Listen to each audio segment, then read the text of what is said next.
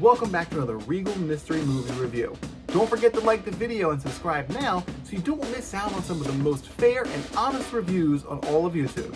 And without further ado, the mystery movie that played on Monday, August 11, 2025 was Relay. When Sarah Grant changes her mind about being a whistleblower against her previous employer, she enlists the help of a broker who specializes in making deals between corrupt corporations and their employees with a conscience. But when the deal goes awry, the broker must violate his own policies to protect Sarah from a violent gang of corporate investigators. Rated R. Oscar winner Riz Ahmed plays Ash, our broker of complicated deals. Ash is a highly intelligent character who plans out every step of his process way in advance. I think Riz Ahmed captured this calculating personality pretty well. However, he often lacked the charisma to be a likable character. He felt too stoic and one note for me. I feel like that falls more on the writing of the film rather than on Ahmed. Lily Graham plays Sarah Grant, the recently fired whistleblower who's had a change of heart. Sarah is in possession of a 300-page document that implicates the company she used to work for. She fears for her life and wants to return it, so she calls the service to broker a deal between herself and the company. Lily James does a decent job with the role of Sarah. I think her fear feels genuine, but her character does a lot of irrational things that someone in the same situation would never do. And it's those moments that Lily James has a harder time selling. Sam Worthington plays Dawson, the leader of the violent corporate investigator group. He's a hot-headed man who loathes not being in charge. Dawson is probably the most detailed character of this gang, but that's not saying much. Worthington does his best with the minimal script. Now that's the main cast, but I do want to mention one more character, and that's Rossetti, played by Willa Fitzgerald. She's one of the henchmen. 9 months ago, I reviewed the movie Desperation Road, which stars Willa Fitzgerald. And I thought she was pretty amazing in that movie. And it took me about halfway through Relay to even notice that she was in this film. And that's because she's basically a background actor. All the other henchmen are too. They have very few lines and basically just walk around the scenes. And that is really disappointing because she is an amazing actress. Now, no offense to Lily James and her performance of Sarah, but I think Willa Fitzgerald would have knocked that role out of the park. Oops, there goes my ring, hold on.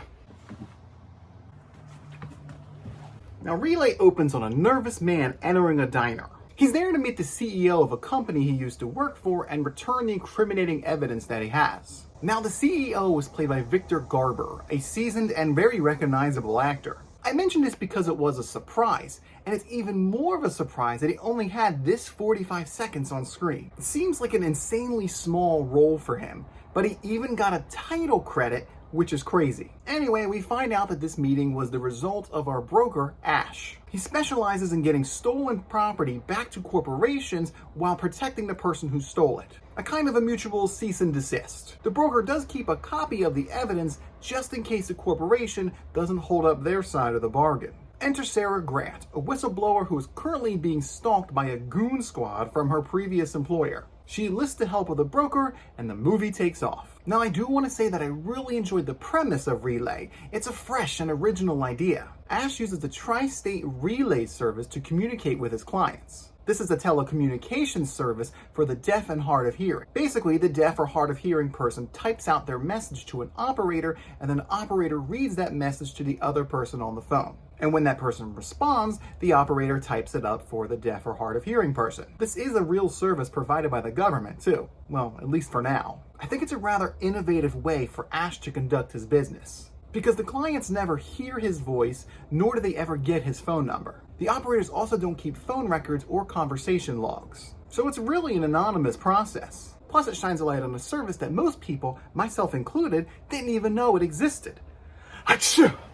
Now, of course, this raises the question of why the service allows conversations that are obviously so illegal in nature. Talking about money, documents, stalking, things that would normally be reported to the authorities. Now, this is kind of addressed in the film, but not really. The audience is just left to presume that this is the policy of the service. Like I said before, this is a really neat idea for doing business. And I think that this part of the movie is probably the best produced. The conversations felt natural. And personally, I enjoyed seeing all the smaller actors get all the screen time as the operators. gives a guy hope. Though I did find it annoying when the main cast would hang up on the operators before they finished talking. Just found that to be a little rude. The audience is shown how intricate and well planned Ash's process is. He has thought of all possible angles. He even dons some fun disguises to change his look so he can blend in with the surroundings. This helps him stay in control and ahead of the investigators. And again, I liked all of this. We also get some background on Ash and his reasoning for doing all of this. I do feel that it was revealed a little too late in the film though. It was also shown in really large chunks, which felt clunky and messed with the pacing of the film, which Relay can't afford to have. When you have a film like this where none of the main characters even meet each other till the final act, it's very important to keep the pacing consistent to keep the audience's attention. And for me, that just didn't happen. The reliance on the relay service can have an impersonal feel. It's also the main source of dialogue in the film, so when it doesn't work, it's devastating. It often felt like the characters weren't doing much outside of these phone conversations. There's a lot of surveillance, but that's only so exciting. I found myself pretty bored throughout. I'll get it. Ugh, they had the wrong secret hideout.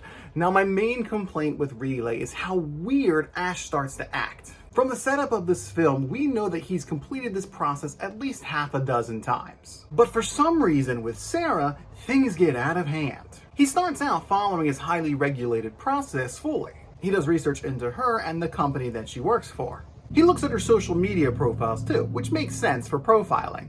But then he goes to her dating profile. And then he starts to observe her at home too. It's not explicitly mentioned, but I don't think this is part of his normal process. It's supposed to be a hands-off operation to protect his anonymity. It was frankly creepy. Leering into her apartment, following her on the streets, it's all very stalker. Then they start sharing personal messages. Again, a violation of this process. I don't think he was asking the middle-aged dude from the opening scene of the film about his tastes in music. It's a weird, forced romance angle that just didn't work for me. I don't think they had any chemistry at all. Now, this is used as a reason for his actions at the end of the film, breaking the process for her. But that didn't make sense to me. Why would he risk his life for a woman he barely knows who he's only seen by peeping through her windows? She doesn't even know what he looks like. There is another reason for why he breaks his own rules, but I won't share that because it is a spoiler. And I feel that this reason was way more compelling than the romance angle. I think it was more than sufficient to justify his actions. The romance actually diminishes his character growth for me. The movie had a pretty standard look about it, which isn't a bad thing, it's just not groundbreaking. The little bit of action that we do get to see is shown in an energetic way. The surveillance sections are done well enough to be believable. I like that in these parts, you can make out the characters in the background of the shots. For example, if Sarah's walking down the street, she would be the focus, and there's plenty of people walking around the streets as usual. But sometimes one of those people is actually Ash or the investigators. There would be a moment where this wasn't shown specifically, but then it would shift focus and show them more clearly. It was like a fun game of I Spy. There were some sound issues throughout the film. The main one was at the beginning in the diner, where the ambient diner noise completely drowned out the dialogue. Maybe this was done to show how you never know what conversations people are having around you, but it was too hard to hear. The soundtrack was disappointing as well. Not necessarily the music, but how it was incorporated into the film. It often felt like it didn't fit the situation that we were watching. And they mentioned the band The Who quite a bit, but we hardly hear any of their music. The ending of the film was more action-oriented, which was a nice change of pace. But it came off a little goofy because the characters are doing these action movie star moves that don't really line up with who these characters are. There's also some nice woke social commentary as well. When confronted with the leaking of documents, Dawson mentions that the company owns a media empire and can completely sanitize and suppress any unwanted information.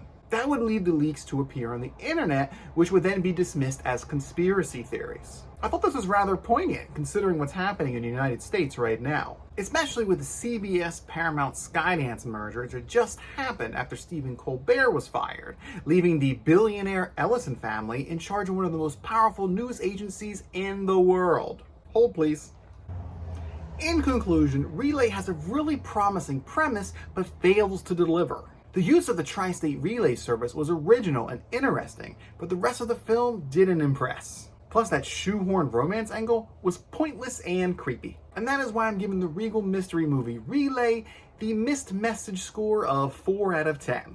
It's a novel idea for a film, but it gets bogged down by too many unoriginal tropes. The lack of dialogue left me bored in my seat. What about you? What did you think about the movie Relay? Or are you planning to see it when it releases on August 22nd, 2025? Transcribe your thoughts in the comment section down below. And don't forget to follow my rules of liking and subscribing to the channel. Thanks for watching, and we'll be back next week with another Regal Mystery Movie.